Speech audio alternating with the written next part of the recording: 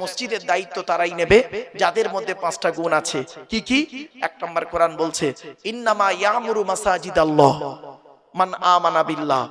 ওই ব্যক্তি মসজিদের কমিটি হওয়ার যোগ্য ব্যক্তি, মসজিদের দায়িত্ব নেওয়ার যোগ্য ব্যক্তি, যে ব্যক্তি 100% আল্লাহকে বিশ্বাস করে। আপনি আল্লাহকে 100% বিশ্বাস করেন কিনা বাড়ি থেকে ভাববেন। আমাদের ঈমানটা কোথায় আছে জানেন? রাগ করবেন না, আমরা সুযোগ সন্ধানী মানুষ। বিপদে পড়লে আল্লাহর ডাকি, আর বিপদ থেকে উদ্ধার হয়ে গেলে আল্লাহকে ভুলে যাই। ওই রকম ঈমানের কথা বলিনি। আপনি এই রকম ঈমান তৈরি করুন। ছোট্ট একটা উদাহরণ দিচ্ছি, 100% ঈমান কাকে বলে শুনে নিন। একটা বাস্তব উদাহরণ, আজমির শরীফ নাম শুনেছেন? আরে ভাই বলুন না, কথা বলুন। আজমির শরীফে একজন আল্লাহর ওলির কবর আছে, জানেন তো? খাজা মঈনুদ্দিন চিশতি আজমিরি রহমাতুল্লাহ আলাইহি, ওনার জীবনী থেকে পাওয়া গেছে কি উনি একদিন ফজরের নামাজের পরে তারাগড় পাহাড়ের নিচে গাছের তলায় বসে বসে সূরা ইয়াসিন তেলাওয়াত করছিলেন। পড়া কমপ্লিট হয়ে গেছে, উপরের দিকে চেয়ে দেখছে কিছু যুবক ছেলে বড় একটা পাথর ধরে দাঁড়িয়ে আছে। ওদের উদ্দেশ্য কি? পাথরটা ফেলে দেবে, আর পাথরটা গড়িয়ে গড়িয়ে এসে খাজা মঈনুদ্দিন চিশতি আজমিরি রহমাতুল্লাহ আলাইহির মাথায় পড়বে, আর পাথর চাপা পড়ে খাজা মঈনুদ্দিন চিশতি রহমাতুল্লাহ আলাইহি মারা যাবে, ওদের ধারণা। উনি বুঝতে পারলেন যে ছেলেগুলো পাথরটা ধরে দাঁড়িয়ে আছে, ফেলে দেবে, আমার মাথায় এসে পড়বে। 100% ঈমান কাকে বলে দেখুন। জাস্ট ফর এক্সাম্পল, পাথরের দিকে চেয়ে দুটো বাক্য বলেছিলেন, দুটো বাক্য। একটা বাক্য কি বলেছিল জানেন? হে পাথর, তোর দ্বারাই যদি আল্লাহ আমার কপালে মৃত্যু লিখে রাখে, তাহলে আমি এটাই বিশ্বাস করব আমার তকদিরে এই পাথরেই মৃত্যু লেখা আছে, আমার কোনো দুঃখ হবে না। কিন্তু পাথর, তোর দ্বারাই যদি আল্লাহ আমার কপালে মৃত্যু লিখে না রাখে, পাথর তুই আজকের আল্লাহর হুকুমে ওই জায়গায় দাঁড়িয়ে যা। আজও পর্যন্ত পাথর আল্লাহর হুকুমে ওই জায়গায় দাঁড়িয়ে আছে। এরই নাম 100% ঈমান। বাবাজি, খালি গালে দাঁড়িয়ে আর মাথায় টুপি দিয়ে মসজিদে গিয়ে নামাজ পড়ার নাম ইমানদার নয়। এই কোরআনে আছে খাঁটি মুমিন হতে গেলে 30টা গুণ লাগবে। কটা কটা কটা? 30টা গুণ লাগবে খাঁটি মুমিন হতে গেলে। সর্বাধিক 30টা, সর্বনিম্ন 5টা। আর হাদিসে এসেছে কটা জানেন? আল ঈমানু বিসউ ওয়া সাবউনা শুবা, 70টা শাখা পোশাখা। তাহলে 30 আর 70 কত? 100টা গুণ যে ব্যক্তির মধ্যে থাকবে, ওই ব্যক্তি হলো খাঁটি 100% পারফেক্ট মুমিন। আর খাঁটি মোমেনের উপরের ধাপটা কি জানেন? মুত্তাকি। মুত্তাকি আমরা বলি না মোমেন মুত্তাকি? বলুন একটু কথা বলুন এটা আমার সঙ্গে। আমরা তো লোককে বলি মোমেন মুত্তাকি, যাকে তাকে মোমেন মুত্তাকি বলে দেন।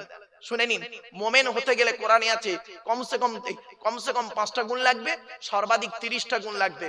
আর মোমেনের উপরের ধাপটা হলো মুত্তাকি। মুত্তাকি মুত্তাকি হতে গেলে ওই মোমেনের সঙ্গে, মোমেনের 30টার সঙ্গে এই কোরআনে আছে আরো 15টা লাগবে। তাহলে কত হলো? 45টা গুণ যার মধ্যে থাকবে, সেই ব্যক্তি দুটো সার্টিফিকেট পাবে, মোমেন আর মুত্তাকি। এবার তার উপরে হলো পীর বা ওলি, হাক্কানি পীর বা ওলি, তার উপরের ধাপ। হাক্কানি পীর হতে গেলে, ওলি হতে গেলে এই কোরআনে আছে আরো 5টা লাগবে। সূরা ইউনূসের 62-63 নম্বর আয়াত।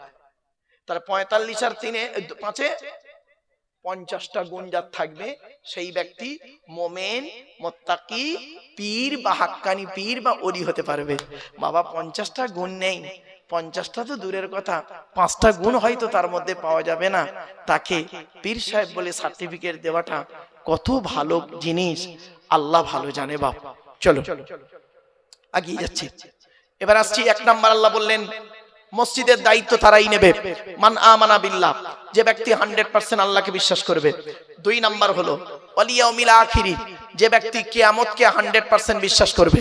3 নাম্বার হলো ওয়া আকামাস সালাত, 5 ওয়াক্ত নামাজ আদায় করবে। অনেক মসজিদ কমিটি এমন আছেন যারা 5 ওয়াক্ত নামাজ পড়ে না।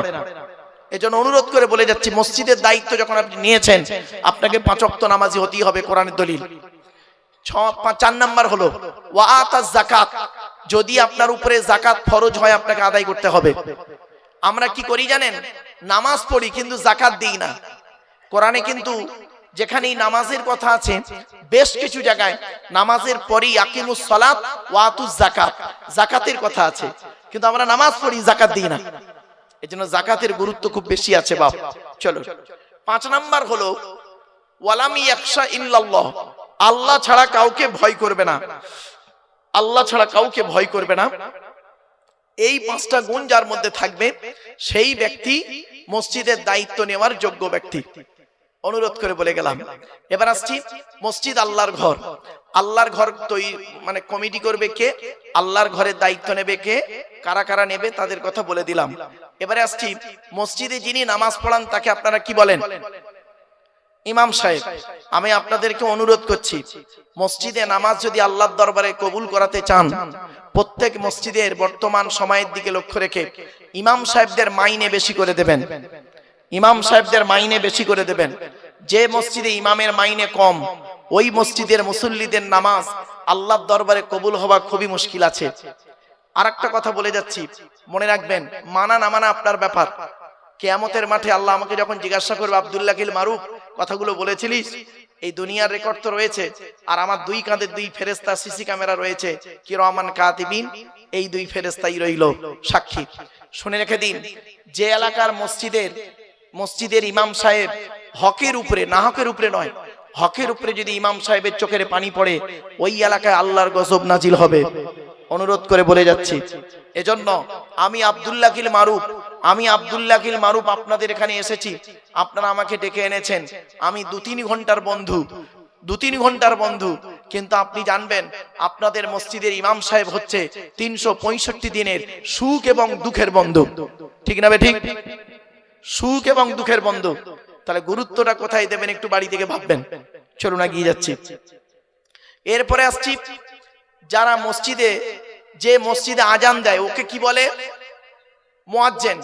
পশ্চিম বাংলার কথা বলছি, পশ্চিম বাংলায় অনেক মসজিদের মুয়াজ্জিনের আজান ভুল ভুল ভুল, অনেক মসজিদের মুয়াজ্জিনের আজান ভুল। এজন্য মুয়াজ্জিনদেরকে বলছি বারে বারে, আপনি হয় মুয়াজ্জিনগিরি করা ছেড়ে দিন, আর নইলে ইমাম সাহেবের কাছে বসে আজানটাকে শুদ্ধ করে নিন, ভুলকে সংশোধন করে নিন। আফসোস, ও মুয়াজ্জিনগিরি ছাড়বেও না, আর ভুল করেও যাবে, মানে শুদ্ধও করবে না। এটা খুব খারাপ জিনিস। ইসলাম এসেছে কি? ভুলকে সংশোধন করে অন্ধকার থেকে আলোর পথে আনার জন্য ইসলাম এসেছে। এ কোরআন এসেছে কেন? আল্লাহ পাক কোরআনে বললেন, কিতাবুন আনজালনাহু ইলাইকা লিতুখরিজান নাসা মিনাজ যুলুমাতি ইলান নূর। আল্লাহ পাক বলছেন সূরা ইব্রাহিমের মধ্যে, আল্লাহ বললেন কি, নবী তোমার উপরে আমি এই কোরআন অবতীর্ণ করেছি, কি এই কোরআনের মাধ্যমে তুমি কি করবে? যে সমস্ত মানুষরা অন্ধকারের মধ্যে পড়ে আছে, ওদেরকে টেনে টেনে বের করে আলোর দিকে নিয়ে আসবে। এই জন্যই কোরআন নাজিল হয়েছে। কোরআন নাজিল হয়েছে কেন? হুদাল্লিন নাস, মানুষের হেদায়েতের জন্য। অবায়্যিনাতিম মিনাল হুদা ওয়াল ফুরকান, ন্যায় অন্যায়কে পৃথক করার জন্য কোরআন নাজিল হয়েছে। ভুলকে সংশোধন করার জন্য কোরআন নাজিল হয়েছে। আর ভুলটা কিভাবে প্র্যাকটিক্যাল ভাবে সংশোধন করাবেন, তার জন্য মুহাম্মদ সাল্লাল্লাহু আলাইহি ওয়াসাল্লামকে আল্লাহ পাক পাঠিয়ে দিয়েছেন। জোরে বলে, আমরা এগুলোকে একদম ফলো করিনি, যার জন্য আমাদের উপরে সমস্যা এসে গেছে। আল্লাহ রাসূল পৃথিবী ছাড়ার আগে বলেছিলেন, তারাকতু ফীকুম আমরাইনি লাম তাদিল্লু মা তামাসসাকতুম বিহিমা কিতাবাল্লাহ ওয়া সুন্নাত রাসূলিহি। আমি মুহাম্মদ সাল্লাল্লাহু আলাইহি ওয়াসাল্লাম তোদের ছেড়ে চলে যাচ্ছি, যাবার সময় দুটো জিনিস রেখে যাচ্ছি।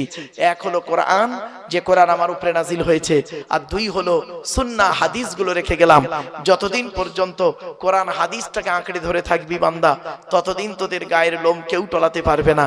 আমরা কোরআনটাকেও ফলো করিনি, হাদিসকেও ফলো করিনি, আর সেই মোতাবেক জীবনযাপন করিনি, তাই আমাদের উপরে বিপদ আপদ মুসিবত তো আসবেই। আল্লাহ পাক কোরআনে বলে দিয়েছেন, সূরা মুহাম্মাদের মধ্যে আল্লাহ পাক বলছেন কি, ইয়া আইয়ুহাল্লাযীনা আমানু, হে ঈমানদার বান্দাগণ, আতিউল্লাহ ওয়া আতিউর রাসূল ওয়া লা তুবতিলু আমালাকুম। আল্লাহ পাক বললেন সূরা মুহাম্মাদের ভিতরে, আল্লাহ পাক বললেন, ইয়া আইয়ুহাল্লাযীনা আমানু, হে ঈমানদার বান্দাগণ, আতিউল্লাহ ওয়া আতিউর রাসূল, তোমরা আল্লাহকে অনুসরণ করো, রাসূলকে অনুসরণ করো, ওয়ালা তুবতিলু আমালাকুম, তাহলে আল্লাহ পাক তোমাদের আমলগুলো বরবাদ করে দেবে না। আজকের আল্লাহর পাঠানো কিতাবকে যদি আমরা ফলো করি, আমাদের সমস্যাই থাকবে না। চলুন আজকের সেই আল্লাহর কোরআনের পরিচয় দিতে গিয়ে আজ আপনাদের কাছে টুকটুক করে একটা করে কথা বলে যাচ্ছি। কোরআন আল্লাহ মসজিদ আল্লাহর ঘর, সে সম্পর্কে সংক্ষেপে আপনাদেরকে বুঝিয়ে দিয়েছি। এবার আসছি, যিনি আমাদের সৃষ্টিকর্তা তিনি আল্লাহ। আল্লাহর পরিচয় হলো চারটে। এক নাম্বার, আল্লাহ নিজেই বলছেন, কুল নবী তুমি বলো, হুয়াল্লাহু আহাদ, সে আল্লাহ হলেন একক। দুই নাম্বার, আল্লাহুস সামাদ, আল্লাহ হলেন অমুখপেক্ষী, আল্লাহ কারোর মুখপেক্ষী নন, সারা পৃথিবী তার মুখপেক্ষী। তিন নাম্বার, লাম ইয়ালিদ ওয়া লাম ইউলাদ, আল্লাহ কাউকে জন্ম দেয়নি, আল্লাহ কেউ জন্ম দেয়নি। চার নাম্বার, ওয়া লাম ইয়াকুল লাহু কুফুয়ান আহাদ, আল্লাহর সমকক্ষ কেউই নেই। এই হলো আল্লাহর চারটে পরিচয়। এরপরে আল্লাহ বলছেন, তো দেহের মধ্যে আমি চারটে জিনিস দিয়েছি গুরুত্বপূর্ণ, বাড়িতে গিয়ে চারটে জিনিসকে যত্ন করবেন। কি কি? এক নাম্বার, ব্রেন। উল্টো পাল্টা বাজে মন্তব্য করে আর বাজে টেনশন করে ব্রেনটাকে নষ্ট করবেন না। আল্লাহ ব্রেন দিয়েছে, অতি সূক্ষ্ম জিনিস, আর এটা খুব বড় নিয়ামত। এটা খুব বড় নিয়ামত, আল্লাহ দেয়া নিয়ামত আমাদের ব্রেন। আল্লাহ বলে, তোর ব্রেন দিয়েছি, ভালো চিন্তা ভাবনা করবি, সুচিন্তা ভাবনা করবি, আমার সৃষ্টি নিয়ে গবেষণা করবি, চিন্তা ভাবনা করবি। লোকের গোঁজা মেরে মেরে বেড়াস না। আমরা সেদিকে না গিয়ে লোকের গোঁজা মারতেই শুরু করলাম, এর দুর্নাম ওর বদনাম করতে শুরু করে দিলাম। চলো, দুই নাম্বার, আল্লাহ বলছেন, আরেকটা তো দেহের মধ্যে অঙ্গ দিয়েছি, সেই অঙ্গটার নাম হলো হার্ট। হার্টটাকে যত্ন করিস। তিন নাম্বারে আল্লাহ বললেন, আর একটা অঙ্গ দিয়েছি, তার নাম হলো লিভারটাকে যত্ন রাখার জন্য আমি আল্লাহ পৃথিবীতে দুটো খাবার তৈরি করেছি। এক নাম্বার হলো পেঁপে, আর দু নাম্বার হলো বাতাবি লেবু। এই দুটো খাবার পৃথিবীতে তৈরি করেছি তো লিভারটাকে ঠিক রাখার জন্য। চার নাম্বার হলো কিডনি, এগুলো একটু মনে রাখুন, কিডনি। তো আমি আল্লাহ দুটো কিডনি তোকে দিয়েছি, একটা যদি কোনো মতে খারাপ হয়ে যায় আর একটা দিয়ে তুই কাজ চালিয়ে নিবি, আর যদি দুটোই খারাপ হয়ে যায় বাঁচার আশা ছেড়ে দিবি, ডায়ালিসিস করতে করতে শেষ, আর নয় চেঞ্জ করা ছাড়া উপায় নেই। বাড়ি থেকে ভাববেন। এরপরে আল্লাহ বলছেন, তো দেহের মধ্যে আমি 9টা ছিদ্র দিয়েছি। কটা? আমাদের দেহের মধ্যে আল্লাহ 9টা ছিদ্র দিয়েছে। 9টা ছিদ্র কি কি? 2 চোখ, 2 নাক, 2 কান, একটা গাল, সামনে পেছনে, এই হলো 9টা ছিদ্র। এই 9টা ছিদ্রের যে কোনো একটা ছিদ্রের মাধ্যমে ফেরেশতার দ্বারা আল্লাহ পাক আমাদের আত্মা বের করে নেয়। কত মানুষ মারা গেছে দেখবেন আপনাদের গ্রামে, কত মানুষ মারা গেছে দেখবেন, গিয়ে দেখবেন লোকটা মরে গেছে, পেশাব ফিরে ফেলেছে, বুঝে নেবেন আত্মাটা ওর পেশাবের রাস্তা দিয়ে বেরিয়ে গেছে। কোথায় আছেন আপনি? কত মানুষ মারা গেছে দেখবেন, পায়খানা ফিরে ফেলেছে, বুঝে নেবেন আত্মাটা ওর পায়খানা রাস্তা দিয়ে বেরিয়ে গেছে। কত নারী পুরুষ মারা গেছে দেখবেন, লোকটা মরে গেছে, চোখটা চেয়ে আছে, লোকটা মরে গেছে, গালটা হাঁ করে আছে, লোকটা মরে গেছে, ঘাটটা বেঁকে আছে, হাতটা খিঁচে আছে। আবার দেখবেন লোকটা মরে গেছে, দেখলে মনে হবে লোকটা ঘুমিয়ে আছে। কিভাবে মরতে চান? ঈমান নিয়ে যদি কবরে যেতে চান, দয়া করে কোরআন হাদিসের কথাগুলো শুনে, ইজমা কিয়াসের কথাগুলো শুনে আমল করে বাড়ি যান। চলুন বাপেরা। এরপরে আল্লাহ বলছেন, তো দেহের মধ্যে আমি 3টে জিনিস দিয়েছি আলাদা। এক নাম্বার কি? ব্লাড গ্রুপ আলাদা। এজন্য আপনাদেরকে বলি, হিন্দু মুসলিম ঝগড়া মারামারি না করে একে অপরের সঙ্গে মিলেমিশে থাকবেন। দুনিয়াতে চলতে গেলে একে অপরের মুআশরাত মুআমালাত, একে অপরের প্রতি ভালো সম্মান শ্রদ্ধা রাখবেন, একে অপরের বিপদে ঝাঁপিয়ে পড়বেন। কিসের হিন্দু কিসের মুসলিম মারামারি করেন? আপনারা কি জানেন হিন্দুদের রক্তের ভিতরে মুসলমানদের রক্ত আছে, আর মুসলমানদের রক্তের ভিতরে হিন্দুদের রক্ত ঢুকে আছে। আপনাদের এলাকায় ব্লাড ডোনেশন ক্যাম্প হয়, রক্তদান শিবির হয়, তা ব্লাড যখন নেওয়া হয় তখন বলা হয় নাকি, এই ও হিন্দু ওর রক্ত আলাদা কর, ও মুসলিম ওর রক্ত আলাদা কর, বলে নাকি? আরে ব্লাডের মধ্যে কাস্টের কোনো ডিভাইডেড থাকে না, ব্লাডের মধ্যে কালারের কোনো ডিভাইডেড থাকে না, ব্লাডের মধ্যে জেন্ডারের কোনো ডিভাইডেড থাকে না, ব্লাডের মধ্যে গ্রুপের ডিভাইডেড করা হয়। ব্লাডের 4টে গ্রুপ, এ বি আর ও, প্রত্যেকটার -+। এখানে অনেক মানুষ বসে আছে, দাঁড়িয়ে আছে, ও নিজের ব্লাড গ্রুপ কি ও নিজেও জানে না। আফসোস, দুঃখ লাগে। আর মুসলমানরা তো এদিকেই পিছিয়ে। মুসলমান লেখাপড়ায়, শিক্ষা দীক্ষা, চিন্তা ভাবনা, গবেষণায় পিছিয়ে। ছোট্ট একটা উদাহরণ দিচ্ছি, রেগে যাবেন না কেউ। আচ্ছা, বর্তমান পৃথিবীতে ইহুদিদের সংখ্যা বেশি না মুসলমানদের সংখ্যা বেশি? বলুন না, একটু কথা বলো। ইহুদিদের সংখ্যা বেশি না মুসলমানদের সংখ্যা বেশি? মুসলিমদের সংখ্যা বেশি। এক কোরআন, এক মুহাম্মদ সাল্লাল্লাহু আলাইহি ওয়াসাল্লাম থেকে 200 কোটি এখন মুসলমান, ঠিক না? ঠিক। ইহুদিদের সংখ্যা খুব কম, খুব কম ইহুদিরা। তো ইহুদিদের সংখ্যা যদি কম হয়, মুসলমানদের সংখ্যা যদি বেশি হয়, যুক্তি কি বলে? বর্তমানে মার খাচ্ছে কারা? মুসলমানরা বেশি না ইহুদিরা বেশি? কেন? এদের সংখ্যা তো 200 কোটি, এরা মার খাচ্ছে কেন? কারণ হচ্ছে কি জানেন? শোনেন, কুল হুয়াল, কোরআনে আছে, কুল হুয়াল কাদিরু আলা আন ইয়াবাসা আলাইকুম আযাবাম মিন ফাওকিকুম আও মিন তাহতি আরজুলিকুম আও ইয়ালবিসাকুম শিয়াআ ওয়া ইউযীকা বা'দাকুম বা'সা বা'দ। কোরআনের দলিল বাবা, আমার কথা নয়। সূরা আনামের মধ্যে আল্লাহ বলছেন, নবী তুমি বলে দাও আমার আযাব হলো 3 ধরনের। কয় ধরনের? কয় ধরনের? আমার আযাব 3 ধরনের। এক নাম্বার হলো মাথার উপর থেকে আযাব আসবে, শাস্তি। 2 নাম্বার হলো পায়ের তলা থেকে শাস্তি, আযাব আসবে, মানে ভূমিকম্প টুমিকম্প ইত্যাদি। আর 2 নাম্বার হলো পৃথিবীর উপরে আযাব, শাস্তি। এই আয়াতের পিছনে একটা হাদিস আছে।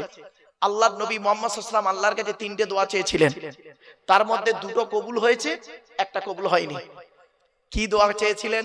আল্লাহর নবী মুহাম্মদ সাল্লাল্লাহু আলাইহি ওয়াসাল্লাম আল্লাহকে বললেন, আল্লাহ আমি আপনার কাছে এই দোয়াগুলো চাইছি।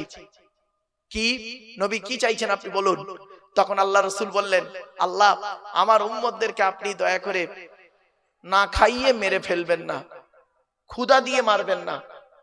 আল্লাহ বললেন, নবী এ দোয়া কবুল হয়ে গেল, আপনার উম্মতদেরকে আমি না খাইয়ে মারবো না, ওরা খেয়েই ওরা মরবে, চিন্তার কোনো কারণ নেই।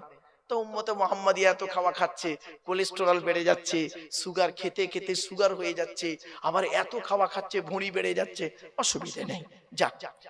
2 নাম্বার নবীজি দোয়া চাইলেন কি, যে আল্লাহ আমার উম্মতদেরকে আপনি ওই ফেরাউনের সঙ্গীদের সাথে, যেমন সঙ্গীরা যেমন মরে গেছিল পানিতে ডুবে, ওই রকম ভাবে আপনি মারবেন না আমার উম্মতদেরকে। আল্লাহ বললেন, নবী এ দোয়া কবুল হয়ে গেল, যান আপনার উম্মতদেরকে আমি পানিতে ডুবিয়ে মারবো না। আল্লাহ ওয়াদা করলেন, আপনার উম্মতদেরকে আমি পানিতে ডুবিয়ে মারবো না। যদি 2-1টা কোনো কারণে মরে যায়, তাহলে শহীদের মর্যাদা সে পেয়ে যাবে। জোরে বলে হয়ে গেল। 3 নাম্বার দোয়াটা চেয়েছিলেন কি জানেন? এইটা কবুল হয়নি। সেটা বলেছিলেন, আল্লাহ আমার উম্মতরা যেন নিজেদের মধ্যে মারামারি করে না মরি। আল্লাহ বললেন, নবী এটা আর কবুল হলো না। বড় দুঃখ লাগে কি জানেন?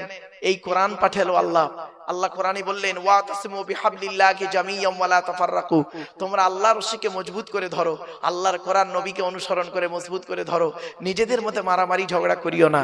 আর আমরা কি করলাম জানেন? এই কোরআন কিনে সারা পৃথিবী গবেষণা করলো। America, London, France, Britain, Japan, Jordan, জার্মানির ঠান্ডা করে বসে বসে কোরআন কিনে গবেষণা করলো। কারা করলো? Humphry Davy, Michael Faraday, Einstein, Isaac Newton, doctor Maurice Bucaille, mister Cook, mister Jabiri, mister Campbell, Raja Rammohan Roy, Ishwarchandra Vidyasagar, Rabindranath Thakur, Acharya Jagadish Chandra Basu, Francis Drake, Williams Keith Moore, Williams Harvey, Thomas, George Bernard, এরা কোরআন কিনে গবেষণা করলো। আর আমরা কিছু মৌলবি, সকলে নয়, ভুল হবে বলা, আমরা কিছু মৌলবি কি করলাম? এই কোরআনটাকে নিয়ে তেল পড়া, পানি পড়া, ওয়াজ করা, খতম পড়া, তাবিজ মোড়া, ঘর বন্ধ করা, আর নিজেদের মধ্যে মারামারি করা। কিরকম মারামারি? গোল টুপি, লম্বা টুপি, চেরা জামা, ফাড়া জামা, তবলিগ, ফুরফুরা, বেরেলি, ওয়াহাবি, জামাত ইসলামী, আহলে হাদিস, বুকে হাত বাঁধা, নাভির নিচে হাত বাঁধা, জোরে আমিন বলা, আস্তে আমিন বলা, 20 রাকাত তারাবি, 8 রাকাত তারাবি, 1 রাকাত বেতের, 3 রাকাত বেতের, কিয়াম করা না করা, মোনাজাত করা না করা, জানাজার পরে দোয়া করা না করা। এ ওর বলে কাফের, ওর বলে কাফের। ঠিক না ঠিক? আমার বাপেরা অনুরোধ করে বলে যাচ্ছি, এইগুলো থেকে একটু সরে এসে আল্লাহর কোরআন মোতাবেক, রাসূলুল্লাহ সুন্নাহ মোতাবেক একটু জীবনযাপন করি চলুন। ওই সমস্যাযুক্ত জিনিসে থেকে একটু এড়িয়ে থাকবেন। এজন্য আপনি আমার বক্তব্যতে আপনি কোনোদিন পাবেন না। আমি এখানে বসে বসে বলছিলাম যে আমি এই বিতর্কিত আলোচনাগুলো কেন রাখি না স্টেজে, জানেন কেন রাখি না? আমি কি রাখতে পারি না? সব পারি গো বাপ, আল্লাহ আমার ক্ষমতা দিয়েছে, কিন্তু আমি রাখি না। কেন জানেন? সামান্য টুপি নিয়ে মারামারি করে কি করব? আরে ইসলামে আছে মাথায় কিছু দিয়ে নামাজ পড়। আমরা কি করলাম? ইসলাম বলছে দেখ না ও মাথায় কিছু দিয়েছে কিনা দেখতো।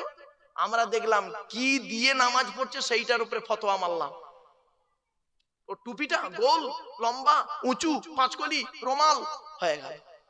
ইসলাম বলছে 70 ঢাকা ফরজ, কোরআন বলছে 70 ঢাকা কি বলুন না, কথা বলুন। সতর ঢাকা, লজ্জাস্থান ঢাকা কি ফরজ? ইসলাম বলছে সতরটা ঢেকেছে কিনা দেখতো, ও লজ্জাস্থান দেখা যাচ্ছে কি দেখ, ঢেকেছে কি দেখ। আমরা কি করলাম জানেন? কি দিয়ে ঢেকেছে তার উপরে ফতোয়া মারলাম। ও লুঙ্গি পরে নামাজ পড়ছে, ওর নামাজ কবুল হয়ে গেছে। ও পায়জামা পরে নামাজ পড়ছে, ওর নামাজ জান্নাতে ঢুকে গেছে। আর ও প্যান্ট পরে নামাজ পড়েছে, ও কাফের বেঈমান মুশরিক হয়ে গেছে। ব্যাস, হয়ে গেল। এই তো হয়েছে আমাদের অবস্থা। এজন্য আপনাদের আমি অনুরোধ করে বলে যাচ্ছি, চেষ্টা করুন আল্লাহর কোরআন, নবীর সুন্নাহ মোতাবেক, হাদিস মোতাবেক কথাগুলো আলোচনা করতে, শুনতে, বুঝতে, আমল করতে যেন আল্লাহ তৌফিক দান করে। বলুন আল্লাহুম্মা আমিন। এবার আসছি, আল্লাহ বলছেন তো দেহের মধ্যে তিনটে জিনিস আলাদা। এক নাম্বার কি? ব্লাড গ্রুপ আলাদা। দু নাম্বার কি? শুনে নিন, চোখের রেটিনাটা আলাদা। চোখের রেটিনা এটা আলাদা, এক নাই কারো, কোরআনে দলিল। তিন নাম্বার হলো ফিঙ্গারপ্রিন্ট। আধার কার্ড করার সময় ফিঙ্গারপ্রিন্ট দিয়েছিলেন, এই ফিঙ্গারপ্রিন্ট আলাদা, কোরআনে আছে। আয়াহসাবুল ইনসানু আল্লাহ নাজমা ইযআমা বালা কাদিরিনা আলা আন নুসাউবিয়া বানানা। সূরা কিয়ামার মধ্যে আল্লাহ বলছেন, মানুষ কি মনে করেছে আমরা মরে গেলে পচে গেলে হাড় হয়ে যাব, পুড়ে ছাই হয়ে যাব, কিয়ামতের মাঠে আল্লাহ তুলতে পারবে না? এই পৃথিবীতে যেমন ওদের বুড়ো আঙুলের ছাপ যেমন কারোর সঙ্গে যেমন কারোর কোনো মিল নেই, কিয়ামতের মাঠে কারোর সঙ্গে কারোর কোনো মিল পাবে না। জোরে বলুন সুবহানাল্লাহ। এই কোরআন কে নিয়ে গবেষণা করলো সারা বিশ্ব, আর আমরা সেই কোরআন থেকে পিছিয়ে পড়ে রইলাম। চলুন আরো দুটো এগিয়ে যাচ্ছি। তাই আল্লাহ রাব্বুল আলামিন বলছেন, হে আব্দুল্লাহ কিল মারুফ, তুই এই উত্তর 24 পরগনার লোকেদের আমার কোরআনের বাণী কতটা শোনাবি, আমার নিয়ামতের কথা কি শোনাবি রে ওদের? তুই শেষ করতে পারবি? কোরআন বলছে, ওয়ালাউ আন্নামা ফিল আরদি মিন শাজারাতিন আকলামু ওয়াল বাহরু ইয়ামুদ্দুহু মিন বা'দিহি সাবআতু আবহুরিম মা নাফিদাত কালিমাতুল্লাহ। 21 নম্বর পারার 12 নম্বর পৃষ্ঠার 13 নম্বর লাইন, সূরার নাম সূরা লোকমানের মধ্যে আল্লাহ পাক জানিয়ে দিলেন, পৃথিবীর সমস্ত বৃক্ষগুলোকে যদি কলম বানাস, সমুদ্রের পানি নিয়ে যদি কালি তৈরি করিস, আমার গুণগান যদি লিখতে শুরু করিস, লিখেও শেষ করতে পারবি না। অন্য আয়াতে আল্লাহ বললেন, ওয়া ইন তাউদ্দু নি'মাতাল্লাহি লা তুহসুহা। আল্লাহ পাক বললেন, পৃথিবীর নিয়ামত গুলোকে যদি তোরা গণনা করতে শুরু করিস, গুণেও শেষ করতে পারবি না। এজন্য আমার বাপেরা, এই পৃথিবীর নিয়ামতের ভিতর থেকে একটা শ্রেষ্ঠ নিয়ামত হলো আল্লাহ রসুলকে পাঠানো, আর আরেকটা নিয়ামত হলো কি? রসুলের উপরে কোরআন নাযিল করা। জোরে বলো। সেই কোরআন আমার সামনে রয়েছে। আজকের এই কোরআন থেকে একটা সূরার সংক্ষিপ্ত আলোচনা আপনাদের কাছে রাখবো। শুনতে রাজি আছেন মা? হ্যাঁ, চলো আগে এবার কোরআনের আচ্ছা, কোরআন যার উপরে নাজিল হয়েছে তার পরিচয় দেবো, তারপরে কোরআনের পরিচয় দিয়ে কোরআনের ওই সূরাটির ভিতরে ঢুকে যাব। চলো, কোরআন যার উপরে নাজিল হয়েছে তার নাম কি? মুহাম্মদ সাল্লাল্লাহু আলাইহি সাল্লাম, তাই তো? আচ্ছা, নবীদের পরিচয় কটা শুনে নিন। নবীদের পরিচয় হলো তিনটে। কটা কটা কটা? তিনটে। আল্লাহর পরিচয় হলো চারটে, মাথায় রাখুন। নবীদের পরিচয় হলো তিনটে। কি কি? এক নাম্বার, যিনি নবী হবেন তার চরিত্র উত্তম হতে হবে। এই পৃথিবীতে কোনো নবীর চরিত্র খারাপ ছিল না, আর থাকবে না। জোরে বলুন। প্রত্যেক নবীর চরিত্রকে আল্লাহ পাক উত্তম করে পাঠিয়েছেন। এজন্য নবীদের সম্পর্কে বাজে মন্তব্য কোনোদিন করতে যাবেন না। সাহাবীদের সম্পর্কে বাজে মন্তব্য কোনোদিন করতে যাবেন না। প্রত্যেকটা সাহাবী হলেন নক্ষত্রের ন্যায়।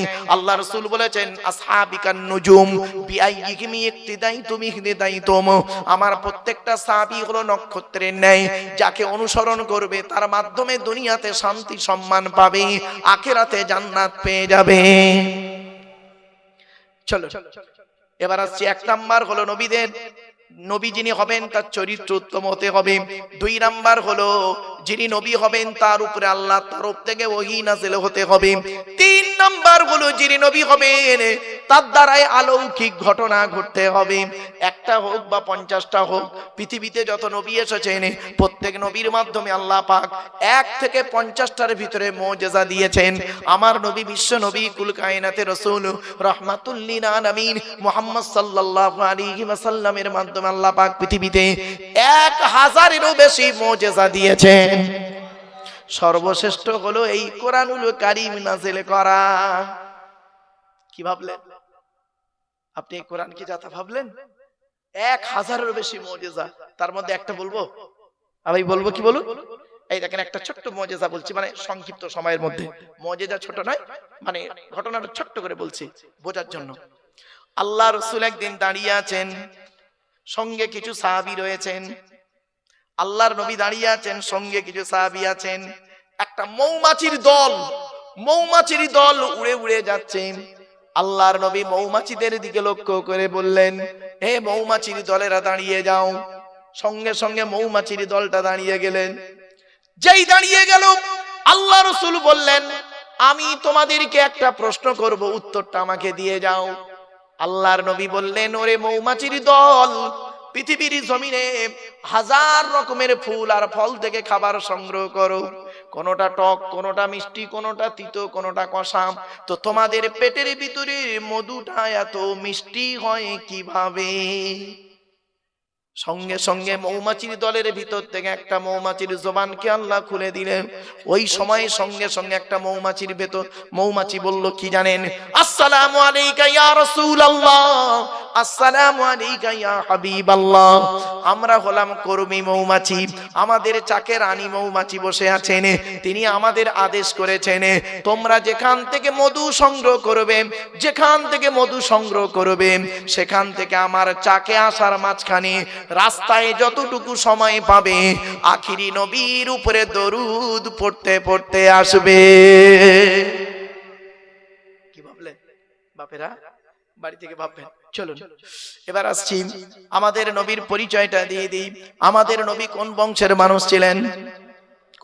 কুরাইশ কার নাম শুনে নিন। মুহাম্মাদের বাপের নাম আব্দুল্লাহ, আব্দুল্লাহর বাপের নাম আব্দুল মুত্তালিব, আব্দুল মুত্তালিবের বাপের নাম আব্দে মান্নাফ, আব্দে মান্নাফের বাপের নাম হাশেম, হাশেমের বাপের নাম কুসাই, কুসাইয়ের বাপের নাম কিলাব, কিলাবের বাপের নাম মুররা, মুররার বাপের নাম লুবাই, লুবাইয়ের বাপের নাম কাব, কাবের বাপের নাম গালিব, গালিবের বাপের নাম ফিগির, ফিগির থেকে কুরাইশ বংশ এসেছে।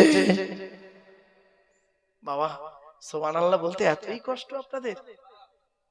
যদি কষ্ট হয় আর বলবো না সুবহানাল্লাহ বলতে, চিন্তার কোনো কারণ নেই। রাসূলুল্লাহর পরিচয় পাচ্ছেন আপনি, শুধু তো আমরা পরিচয় না দিয়ে নবী নবী করে চিৎকার করি। চলুন, নবীর বাপের নাম আব্দুল্লাহ, মায়ের নাম আমিনা, দাদার নাম আব্দুল মুত্তালিব, দাদির নামটা কি? নেতিলা বিনতে খব্বাব ব্রাকেটে ফতেমা, কেউ বলেছেন সামিরা। নবীর নানার নাম হলো আব্দুল ওয়াহাব জুগুরি, নবীর নানির নাম হলো বারিরা বা বাররা, নবীর দুধবার নাম হলো হালিমা, নবীর দুধ বাপের নাম হলো হারেস, নবীর দুধ ভাইয়ের নাম আব্দুল্লাহ, নবীর বাপের নাম আব্দুল্লাহ, নবীর দুধ ভাইয়ের নাম আব্দুল্লাহ, দুটো জন এক করে ফেলবেন না। নবীর জন্ম 570 খ্রিস্টাব্দে। ইংরেজি কি মাস ছিল? 29শে আগস্ট। আরবি মাস ছিল রবিউল আউয়াল মাস, 12 তারিখ, মতান্তরে 9 তারিখ, সোমবার শবে সাদেকের সময় আরবের মক্কা নগরী কুরাইশ বংশে নবীর জন্ম। নবীর বাপেরা হলো 10 ভাই, নবীর মায়েরা হলো 19 বোন।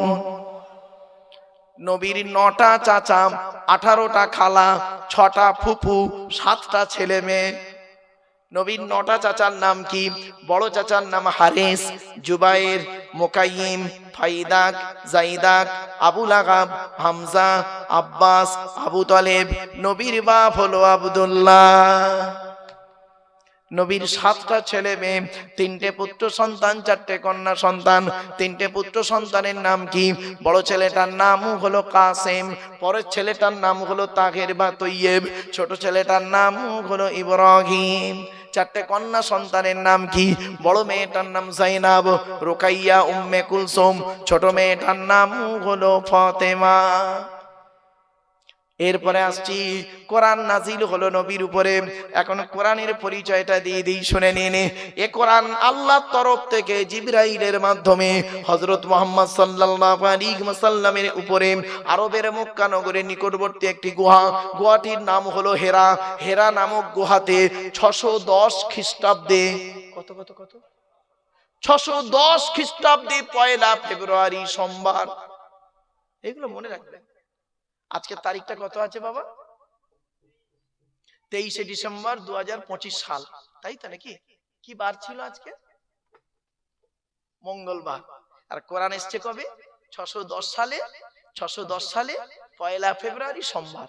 বাড়ি থেকে দুটো সাল লিখবেন, উপরে লিখবেন 23/12/2025 সাল, আর নিচেই লিখবেন 2/1/610 সাল। মাইনাস প্লাস করবে, করলেই পেয়ে যাবে কতদিন আগে এই কোরআন নাজিল হয়েছে। 610 খ্রিস্টাব্দে 1 ফেব্রুয়ারি সোমবার কোরআনের প্রথম আয়াত নাজিল হলো, ইকরা, রিড, পড়ো পড়ো পড়ো। আর আমাদের প্রথম বাক্য এখন কি জানেন? রাগ করবেন না কেউ, গেল গেল গেল, পেট শান্তি দুনিয়া শান্তি। এই কোরআনে আছে 82 জায়গায় নামাজের কথা বিভিন্ন অ্যাঙ্গেলে, আর 92 জায়গায় আছে লেখাপড়ার কথা। আমরা লেখাপড়ায় পিছিয়ে আছি। রাগ করবেন না, খারাপ সেন্স নেবেন না কিন্তু। চলুন, এখানে অনেক মানুষ আছে দেখবেন, একদম বাস্তব বলছি, আমার মা বোনরা কেউ রেগে যাবেন না দয়া করে। অনেক বাড়িতে গিয়ে দেখবেন সানসেট গুলোতে বিশাল বড় বড় কেতাব কেনা আছে, ছেলে আমার আলেম হবে, মাস্টার, ডাক্তার, ইঞ্জিনিয়ার, প্রফেসর হবে। আর অনেক বাড়িতে গিয়ে দেখবেন সানসেট গুলোতে বিশাল বড় বড় তরকারির হাঁড়ি আছে, মাল বগরাই দিয়ে বেরোবে। বাবা, হাঁড়ি দিয়ে ঘর ভর্তি না করে কেতাব দিয়ে ঘর ভর্তি করুন। ছেলেকে ধনী না বানিয়ে জ্ঞানী বানিয়ে যান, ছেলেকে ধনী না বানিয়ে জ্ঞানী বানিয়ে যান। অনুরোধ করে বলে যাচ্ছি, শতমূর্খ লয়ে আমি স্বর্গে নাহি যাব, দ্বাদশ পণ্ডিত নিয়ে পাতালেই রব। 100 জন মূর্খ মানুষকে নিয়ে স্বর্গে গিয়ে কোনো লাভ নেই, 12 জন শিক্ষিত লোককে নিয়ে নরকে থাকা অনেক ভালো। মূর্খ বন্ধুর থেকে শিক্ষিত শত্রু ভালো। জ্ঞানী গুণী বুদ্ধিজীবী মানুষ লেখাপড়ার গুরুত্ব কত বেশি জানেন, শুনলে চমকে যাবেন।